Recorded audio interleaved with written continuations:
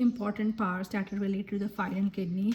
There is a bird and there is a blast. So there is an interaction between a bird and a blast. If this interaction fails, then numerous defects can occur, such as the kidney do not develop at all, that is a renal agenesis, and if it develops, then it will result in the multicystic dysplastic kidney.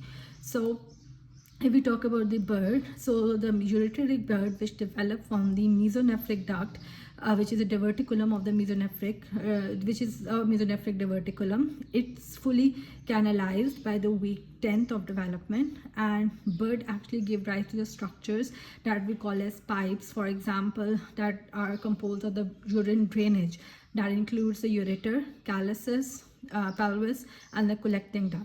Whereas blast, the metanephric blastema, give rise to the filtering units, that is the glomerulus, till the distal convoluted tubule. And if we talk about the pathology, so the most common pathology or the most common pathological cause of prenatal hydronephrosis is the uretropelvic junction. That is usually the problem junction. It's actually the place where the kidney meets the ureter, that is the drainage exit point. So the last part, it's actually usually the last part to open or canalize, and if it fails to open, there is going to be a blockage and the urine will be unable to flow and kidney is going to swell, and that will result in the hydronephrosis.